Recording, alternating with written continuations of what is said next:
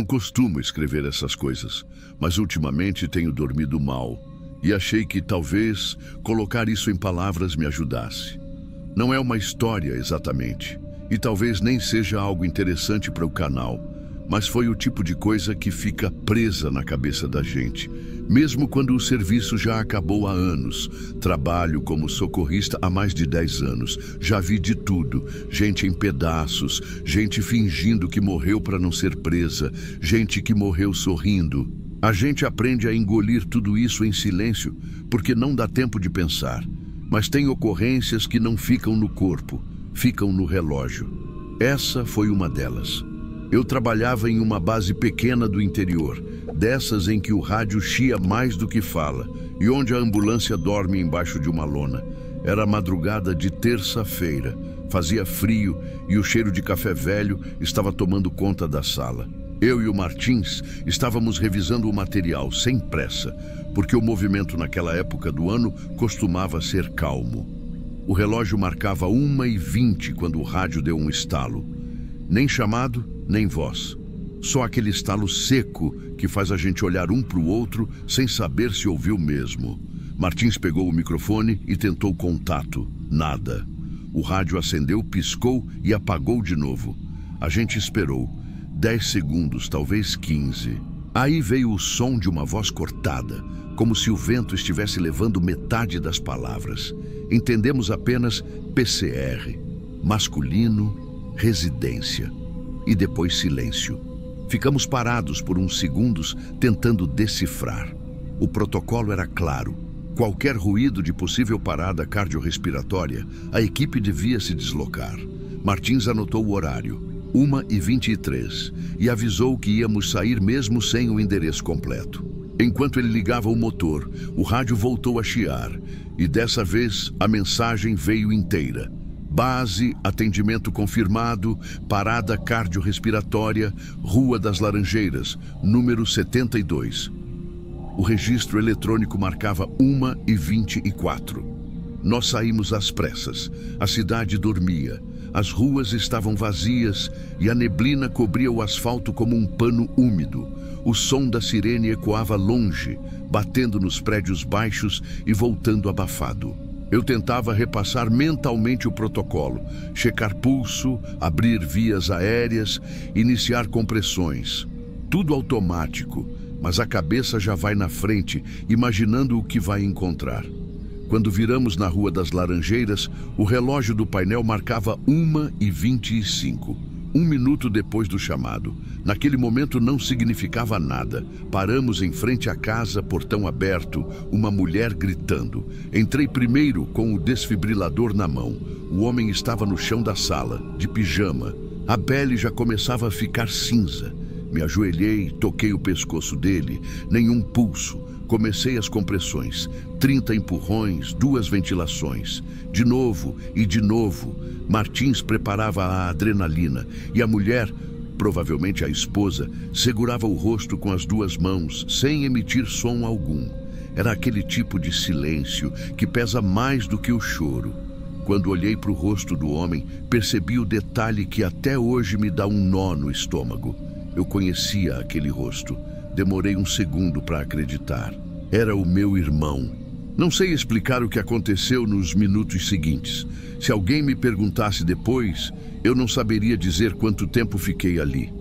Lembro de ver o relógio da parede marcando 1h26, mas aquilo parecia impossível. Eu via as minhas próprias mãos tentando salvar alguém que eu já sabia que não voltaria. O Martins percebeu na hora. Parou de falar e só continuou fazendo o que precisava. A equipe de apoio chegou alguns minutos depois, mas já não havia mais nada a fazer. Hora do óbito, 1h25. Naquele mesmo minuto em que o registro tinha sido feito. O resto da noite é um borrão. Eu lembro de alguém me afastando, lembro da ambulância desligada e do som da caneta batendo no prontuário. No relatório, colocaram que eu não participei do atendimento, que eu apenas acompanhei, para evitar qualquer questionamento posterior. Mas isso é mentira. Fui eu quem começou as compressões. Fui eu quem tentou trazer ele de volta. Ninguém nunca perguntou o que o rádio transmitiu antes, nem eu. Mas todos na base sabiam que algo estava errado naquele registro. O chamado constava no sistema como recebido 1h24, mas a gravação automática do rádio mostrava uma tentativa falha às 1h23, e o sinal vindo completo só às 1h25, ou seja, quando o sistema finalmente conseguiu registrar, ele já tinha morrido. A perícia depois disse que o infarto tinha sido fulminante, que mesmo que tivéssemos chegado 1 minuto antes, o desfecho seria o mesmo. Mas quem trabalha com isso sabe. 1 minuto é tudo. Fiquei afastado por algumas semanas. A chefia foi compreensiva. Voltei para o plantão, tentando fingir normalidade, mas o rádio nunca mais soou igual. Qualquer ruído já me fazia levantar a cabeça. O som metálico do botão, o estalo antes da voz, tudo me gelava por dentro. Uns meses depois, numa madrugada muito parecida, o Martins estava de plantão sozinho. Eu tinha sido escalado para outro turno. Por volta da mesma hora, 1h24, o rádio da base voltou a chiar. Ele me contou que ouviu uma voz cortada dizendo base, residência, parada e depois o silêncio. Quando ele olhou para o relógio, era exatamente o mesmo horário da ocorrência anterior. Na manhã seguinte, o técnico responsável pelo equipamento desmontou tudo, achando que fosse interferência. Não achou nada, nem defeito, nem ruído externo. Desde então, o pessoal começou a brincar que o rádio tinha memória. Mas ninguém fala isso em voz alta. É o tipo de piada que a gente faz para não pensar demais. A base ainda usa o mesmo equipamento. Toda vez que alguém novo entra, contam a história como quem avisa sobre um cachorro bravo. Se ouvir estalo de madrugada, responde logo. Mas poucos sabem o motivo real dessa recomendação. Os registros oficiais não mencionam nada de anormal. Apenas uma falha de comunicação e um atendimento sem sucesso. Do lado pessoal, nunca consegui voltar a dirigir naquela rua. Minha mãe se mudou de cidade depois do enterro. Eu tentei manter o foco no trabalho, mas às vezes me pego olhando para o relógio, esperando que ele atrase um pouco, só para provar que dá tempo de chegar. Mas ele nunca atrasa. Esses dias, revisando uns equipamentos antigos da base, achei a fita com as gravações daquele período. Ela estava dentro de uma caixa de plástico transparente com uma etiqueta escrita à mão. Testes de rádio. Não apagar. A curiosidade me venceu. Levei para casa, limpei o pó e coloquei para tocar. O chiado começou igual ao de sempre, aquele ruído de fundo, estático. Depois veio o estalo e uma voz. Mas não era a do operador. Era curta, como se alguém tivesse sussurrado perto do microfone. 1 minuto. O som parou logo em seguida e o gravador desligou sozinho. Tentei reproduzir de novo, mas a fita travou, como se tivesse sido cortada. Devolvi no mesmo dia. Fingi que não tinha ouvido nada. Nunca contei isso para ninguém da base, nem para a família.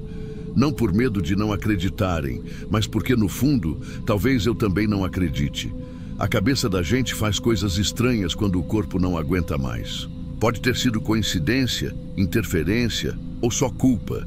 Culpa de ter demorado a entender o estalo do rádio. Culpa de ter hesitado por 1 segundo antes de sair. Já pensei em largar tudo algumas vezes. Mas no fim, continuo indo para a base, fazendo plantão, ouvindo o mesmo ruído, esperando o próximo chamado. Talvez por medo de que, se eu sair, o rádio me chame de novo e eu não esteja lá para atender.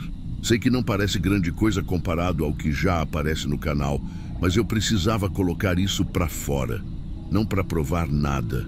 Só para lembrar que no nosso trabalho, 1 minuto não é pouco tempo.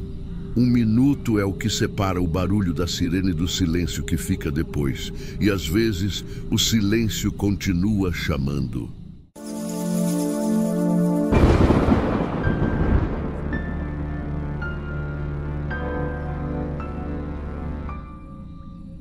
Eu nunca pensei em mandar nada para um canal como o de vocês. Na verdade, eu nem costumo comentar em vídeo nenhum. Mas esses dias um colega da base me mandou um episódio sobre histórias de socorristas e, não sei, bateu alguma coisa.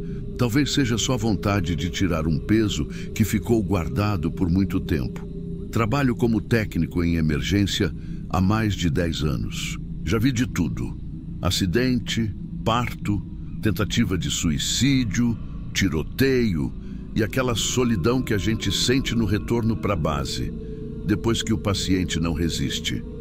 Com o tempo a gente aprende a colocar uma camada de ferro em volta da cabeça para conseguir dormir. Mas tem chamadas que não saem, e essa é uma delas. Foi num plantão de sábado, começo de tarde. O sol batendo forte, o rádio chiando como sempre. O chamado dizia: paciente infantil, febre alta, endereço tal, Casa Verde na esquina. Nada que chamasse atenção. A gente saiu com a unidade básica, eu e a enfermeira Marta, que já era minha dupla há um bom tempo. Quando a gente chegou, o portão da casa estava aberto. Era uma casa simples, pintada de verde claro, dessas que o tempo vai deixando manchada de umidade perto do rodapé. No quintal tinha roupa estendida e brinquedos espalhados, uma boneca sem braço e um carrinho pequeno de plástico. A mãe veio até a gente, parecia exausta. Devia ter uns 30 e poucos anos, cabelo preso de qualquer jeito. Agradeceu por termos vindo rápido. Disse que a filha estava com febre desde a madrugada e que o termômetro já tinha marcado quase 40 graus. Entramos. O ar dentro da casa era abafado, com aquele cheiro de pano molhado e remédio. A menina estava sentada no sofá, magrinha, suando bastante, mas consciente. Devia ter uns 6 ou 7 anos. Tinha o cabelo escuro grudado na testa e segurava um paninho azul nas mãos. Medi os sinais, anotei na ficha. Temperatura alta, mas saturação boa. Orientei a mãe sobre compressas frias e hidratação. A Marta perguntou se já tinham levado ao posto. A mulher respondeu que não, que a menina piorou de manhã e ela ficou com medo de ser dengue. Ficamos ali uns 10 minutos. Dei um antitérmico, esperamos baixar um pouco. A menina ficou mais calma, até sorriu para Marta. Antes de ir embora, a mãe agradeceu de novo, dizendo que se sentia mais tranquila só de ter alguém olhando. Lembro dela falando isso. Voltamos para a base e o dia seguiu. Chamaram a gente para outros atendimentos e a rotina empurrou o resto para baixo da memória. Umas 3 semanas depois, eu estava no mesmo plantão meio da noite. O rádio avisou uma ocorrência. Paciente infantil, febre alta, mesmo endereço. Eu estranhei na hora, pedi para confirmar porque parecia o mesmo da menina da Casa Verde. O operador confirmou. Isso mesmo, Rua Tal, Casa Verde esquina. Não pensei em nada demais. Criança pega virose com facilidade. Avisei a Marta, ela riu dizendo, pelo menos já sabemos o caminho. Quando chegamos, o portão estava fechado, o quintal escuro. Bati palmas, chamei, nada. O cachorro do vizinho latiu, mas nenhuma luz acendeu. Descemos para a portaria do conjunto, porque aquele bairro tinha uns sobrados misturados, e o porteiro controlava a entrada de visitantes. Expliquei o endereço e ele ficou confuso. Perguntou qual número exatamente. Eu mostrei no papel. Ele olhou de novo e disse que ali não morava ninguém há meses. Eu achei que ele estava enganado, então insisti. A Casa Verde, ali na esquina, a da criança pequena. Ele balançou a cabeça e falou, moço, essa casa está fechada desde que a menina morreu. Uns 2 meses já. A mãe se mudou logo depois do velório. Eu fiquei olhando para ele sem entender. A Marta tentou argumentar, achando que era coincidência de endereço, mas o cara foi firme. Até comentou que os vizinhos às vezes viam gente entrando, mas quando iam olhar, o portão estava trancado. A gente voltou para a ambulância meio sem saber o que fazer. Ligamos para a central, informamos o ocorrido e pediram para registrar como endereço inexistente. Seguimos para o próximo chamado, mas o resto da noite ficou esquisito. No caminho de volta, sem comentar nada, eu comecei a repassar mentalmente tudo da primeira visita. Lembrava perfeitamente da menina sentada no sofá, da mão suada, do pano azul. Lembrava da voz da mãe, meio rouca, agradecendo. E, principalmente, lembro de ter visto as duas pelo retrovisor quando saímos. A menina no portão, balançando o paninho. É uma lembrança muito nítida para ser invenção. Nos dias seguintes, tentei achar o registro daquela primeira ocorrência. Procurei no sistema, mas o chamado constava apenas como atendimento cancelado, sem resposta no local. O que significava que, oficialmente, a gente nunca chegou lá. Falei com a Marta, ela também não entendeu. Jurou que lembrava de tudo, inclusive de ter anotado os sinais vitais. Mas o número da ficha que ela preencheu simplesmente não existia. Durante algum tempo, eu achei que fosse erro de digitação ou confusão da central. Mas quanto mais eu pensava, mais a sensação crescia de que tinha algo errado, não só no papel, mas na minha cabeça. Comecei a duvidar da própria memória. Eu sei que o cansaço faz a gente ver coisa. A gente dorme mal, come quando dá e vive com o rádio gritando no ouvido. Talvez eu tenha confundido com outro atendimento, outra criança, outro bairro. Só que toda vez que eu passava por aquela rua, e passei várias vezes depois, eu reconhecia o muro descascado, as marcas de ferrugem no portão, o brinquedo caído perto da calçada. Tudo igual. Num dia de folga, resolvi tirar a dúvida de vez. Fui até lá a pé, sem uniforme, como se fosse só um morador curioso. A casa estava realmente fechada. Portão enferrujado, janelas com tábuas pregadas. No muro, ainda dava para ver o contorno apagado do número. Olhei por uma fresta e vi que o quintal estava tomado pelo mato. Só uma coisa destoava. Perto da parede, quase no mesmo lugar onde lembro de ter visto os brinquedos, havia um pano azul embolorado, sujo de chuva. Não toquei. Fiquei ali alguns segundos, depois fui embora. Não contei para ninguém. Na base, esse tipo de história vira piada, e eu não queria ser o alvo. Mas às vezes, quando o rádio toca de madrugada e o endereço sai arrastado pela interferência, eu ainda espero ouvir aquele nome de novo. Pensei em mandar essa história várias vezes, mas sempre achava que não fazia sentido. Hoje entendo que talvez nunca vá fazer. A gente vive situações tão absurdas que mesmo quando algo estranho acontece, o instinto é continuar atendendo o próximo chamado, fingindo que foi só erro de sistema.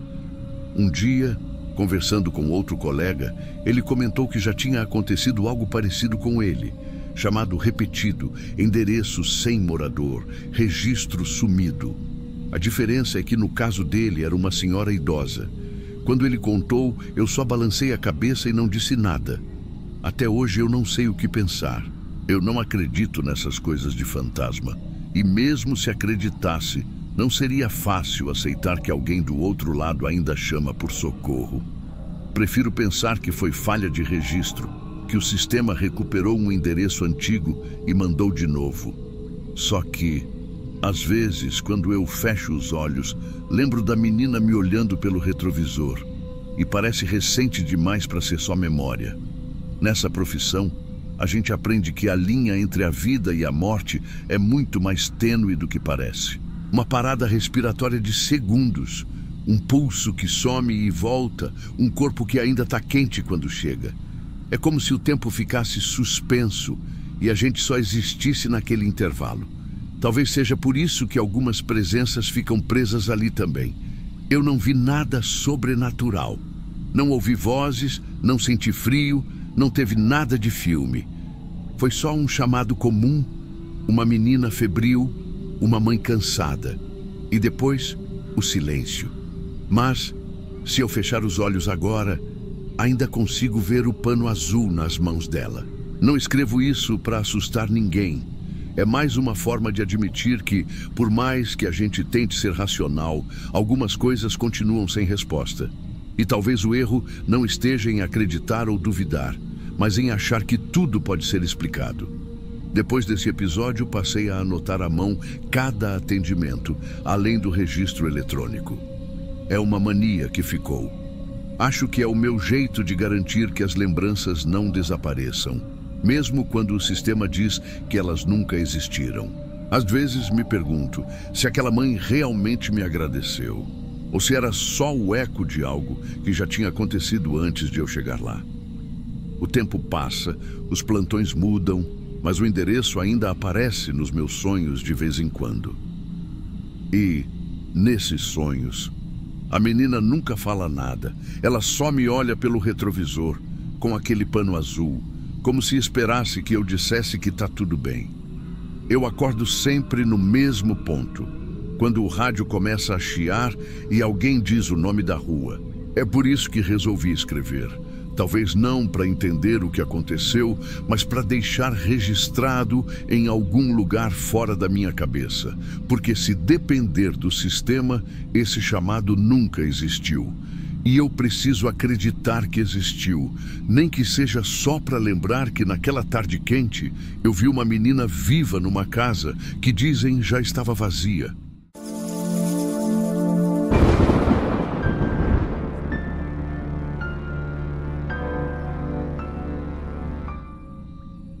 Meu nome é André e trabalho como socorrista há mais de 15 anos. Nunca fui muito de falar do serviço fora da base, mas ultimamente esse episódio tem voltado demais na minha cabeça.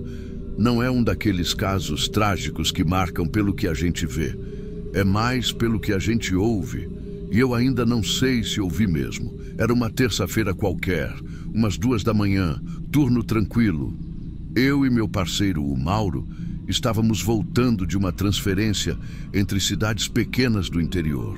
O paciente era um senhor idoso, inconsciente, entubado, com um quadro estável.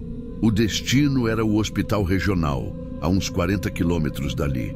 Nada fora do comum. O rádio da base dava interferência o tempo todo.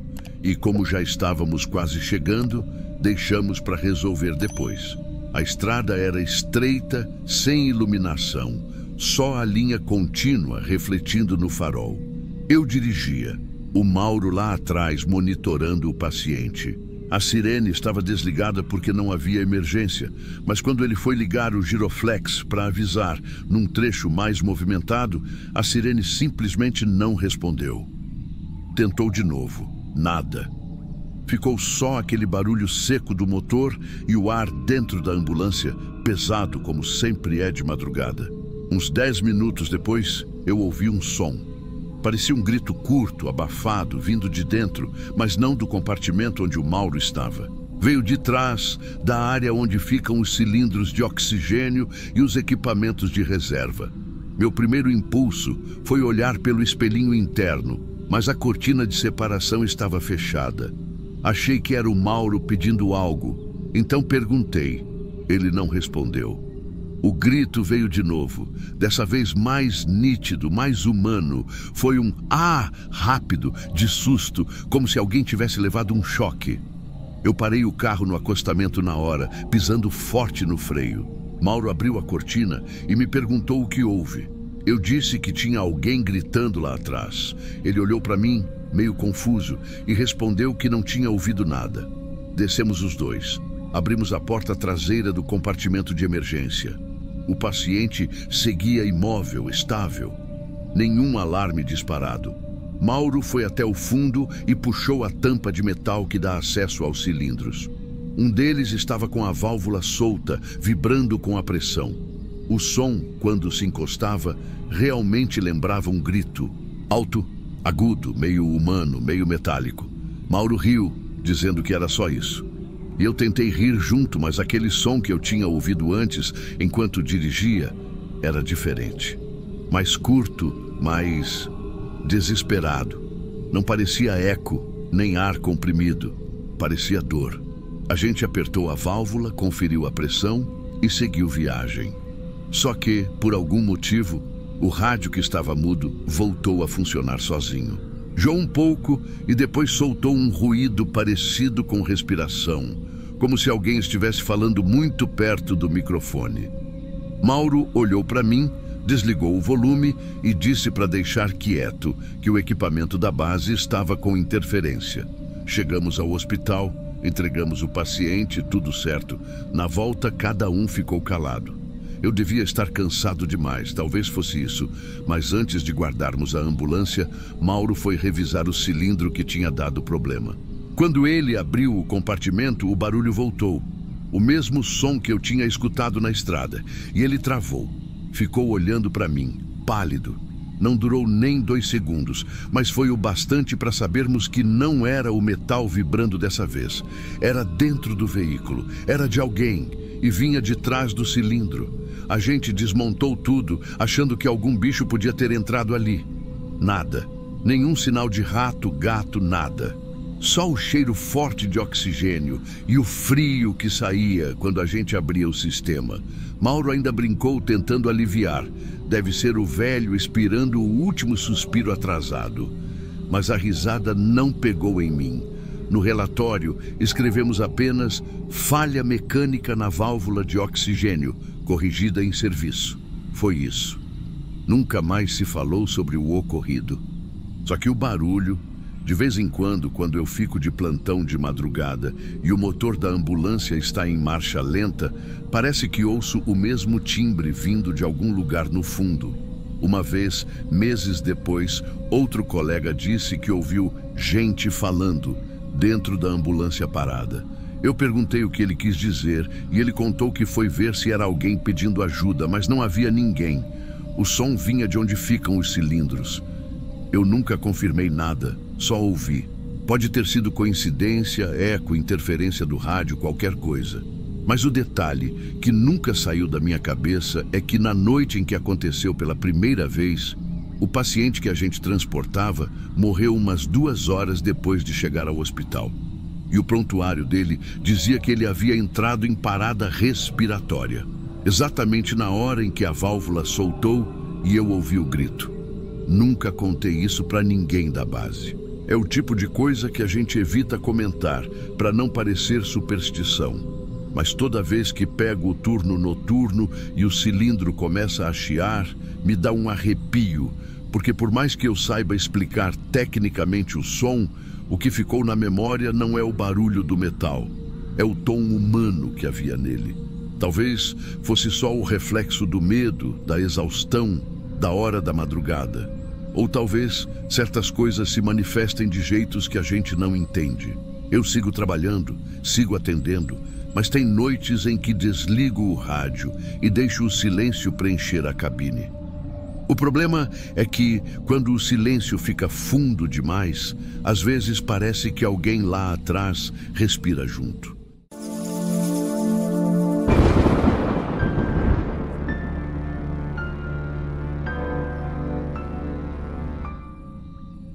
Eu nunca fui de mandar mensagem para lugar nenhum, nem de contar o que eu vivo no trabalho. A gente que é da área de urgência acaba aprendendo a segurar tudo para dentro, porque parece que ninguém de fora entende o que acontece ali dentro da ambulância. Mas esses dias eu assisti um vídeo do canal e fiquei pensando que talvez escrever isso me ajudasse a esvaziar um pouco a cabeça. Não é uma história de susto, nem de coisa inexplicável. É só uma lembrança que ficou parada em mim e que de vez em quando volta inteira. Foi o que me fez pedir afastamento do serviço por uns meses e repensar se eu queria continuar sendo socorrista. Eu trabalho no SAMU há mais de 15 anos. Já vi de tudo. Gente que morreu no meu colo, criança voltando depois de minutos de parada, acidentes que pareciam impossíveis e que no fim saíram com vida.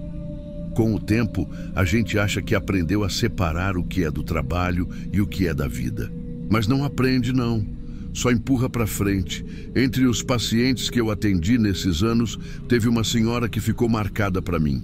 O nome dela era Dona Teresa. Era diabética, hipertensa e morava sozinha num bairro afastado, numa casinha simples de muro baixo e um cachorro que latia para todo mundo, menos para a gente da ambulância.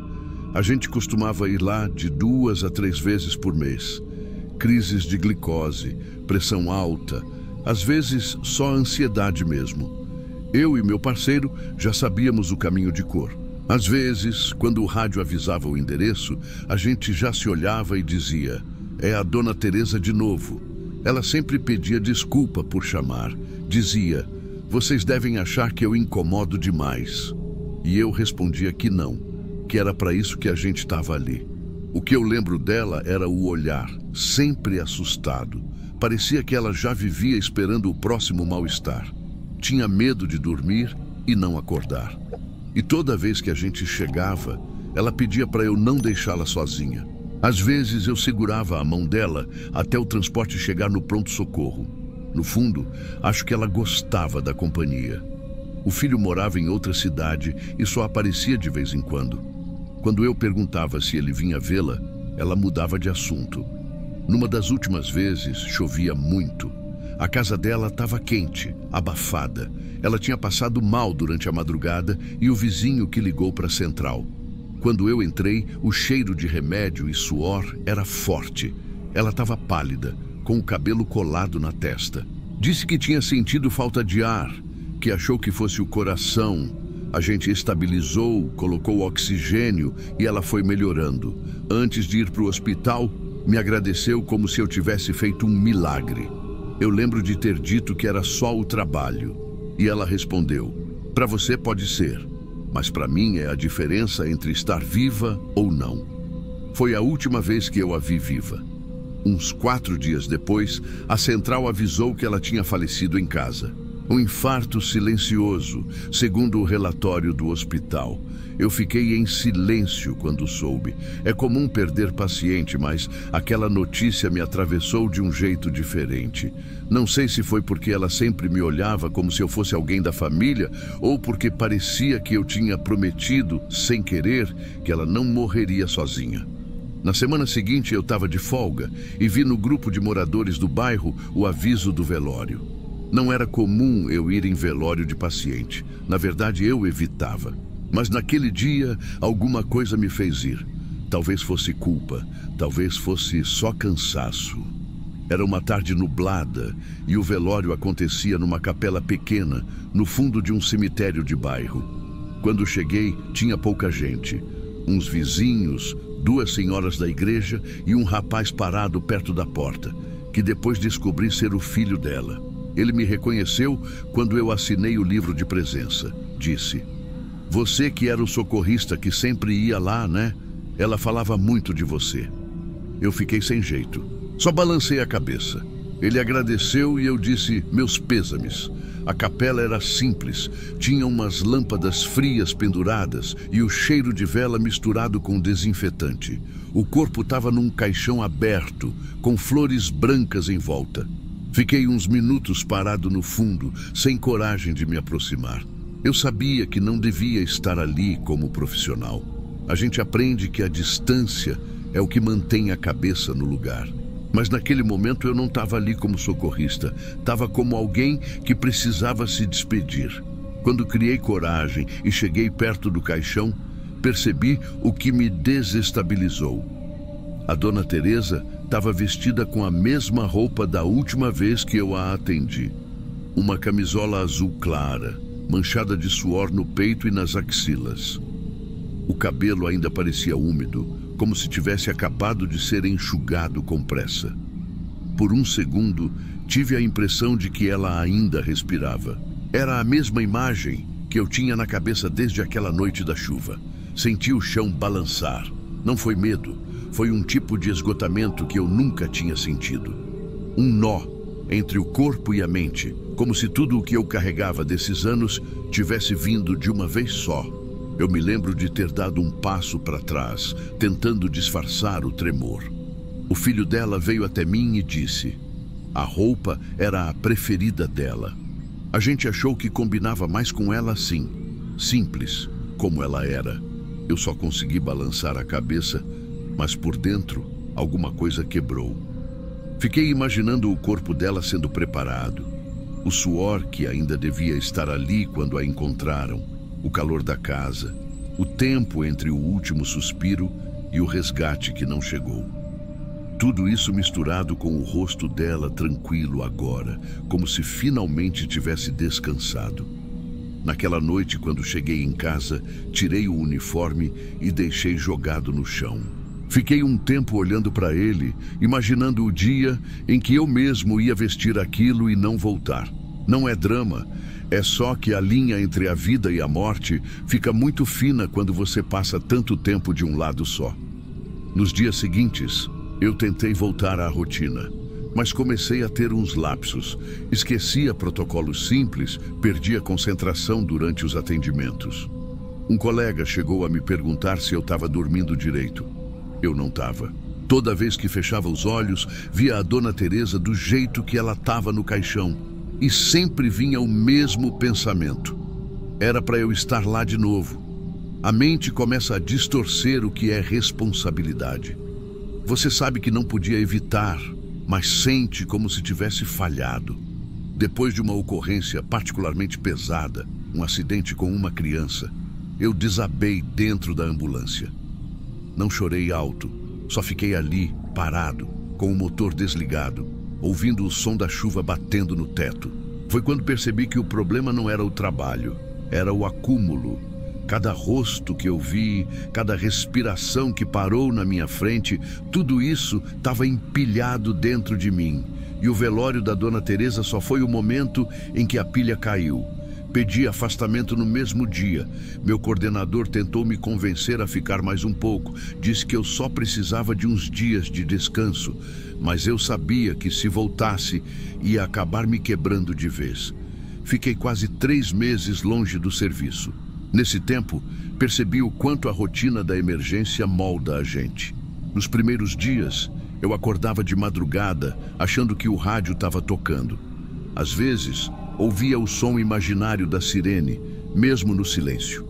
Demorei para entender que o corpo também cria hábito de urgência. Fui voltando aos poucos. Hoje, eu trabalho numa base menor, com menos plantões e mais suporte psicológico. Aprendi que a gente não precisa ser invencível para ser bom socorrista. Tem hora que o corpo aguenta, mas a alma não. Às vezes ainda passo pelo bairro onde a Dona Teresa morava. A casa está fechada, o muro descascado. O cachorro, acho que algum vizinho adotou. E sempre que eu passo ali, lembro da camisola azul clara e penso que talvez ela tenha finalmente encontrado o descanso que procurava. Tem gente que diz que paramédico se acostuma com a morte. Mentira. A gente só aprende a conversar com ela em silêncio, sem chamar pelo nome. Eu nunca vi nada sobrenatural naquele velório. Nenhuma movimentação estranha, nenhum sinal fora do comum. Mas o jeito como o tempo pareceu parar, o modo como o corpo dela parecia fresco, como se tivesse acabado de ser tirado da maca, isso ficou em mim. Talvez fosse só a temperatura fria da capela, talvez fosse minha cabeça me enganando. Mas naquele momento tive a sensação de que ela ainda estava ali, ouvindo. Escrevo isso porque acho que quem trabalha com vida e morte devia ter mais espaço para falar dessas coisas. Nem sempre o trauma vem do sangue ou do acidente. Às vezes vem da calma, do silêncio de uma sala de velório, das flores brancas, de uma roupa repetida. Depois daquele dia, nunca mais consegui entrar numa capela sem sentir o mesmo frio por dentro. Mas ao mesmo tempo foi ali que eu percebi o quanto a gente se perde tentando salvar todo mundo e esquece que também precisa de socorro. Talvez eu tenha escrito isso só para lembrar que ainda estou tentando me equilibrar entre os dois lados. Entre o profissional que aprendeu a medir o pulso dos outros e o ser humano que, às vezes, não sabe onde colocar o próprio. Obrigado por lerem até aqui. Não espero que ninguém entenda totalmente, mas se alguém que trabalha nessa área estiver ouvindo, talvez saiba do que eu estou falando. Tem cenas que a gente não esquece e pessoas que continuam vivas dentro da gente, mesmo depois que o monitor já parou de apitar. Assinado, um socorrista cansado, mas ainda tentando continuar.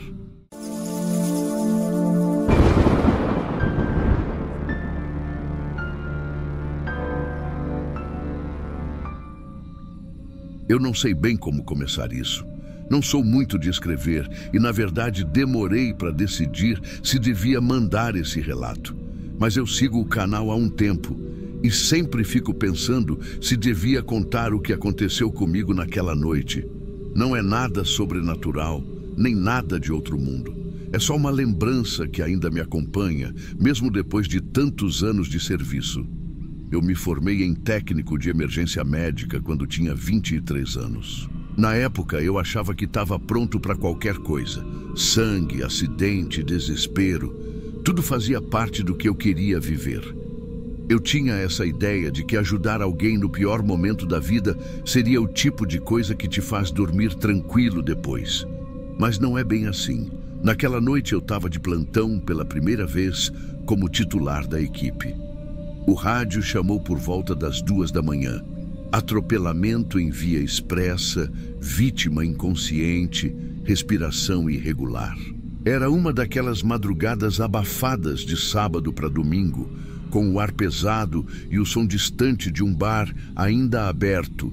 Eu lembro do cheiro do diesel da ambulância, do zumbido do motor parado e do meu colega do lado tentando me tranquilizar, dizendo para respirar fundo.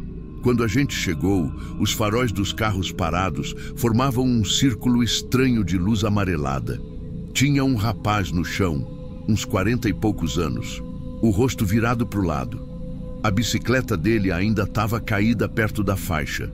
O motorista que atropelou estava encostado no carro, chorando, repetindo que não viu, que ele apareceu do nada. Mas eu mal consegui olhar para ele. Fui direto para o homem no chão.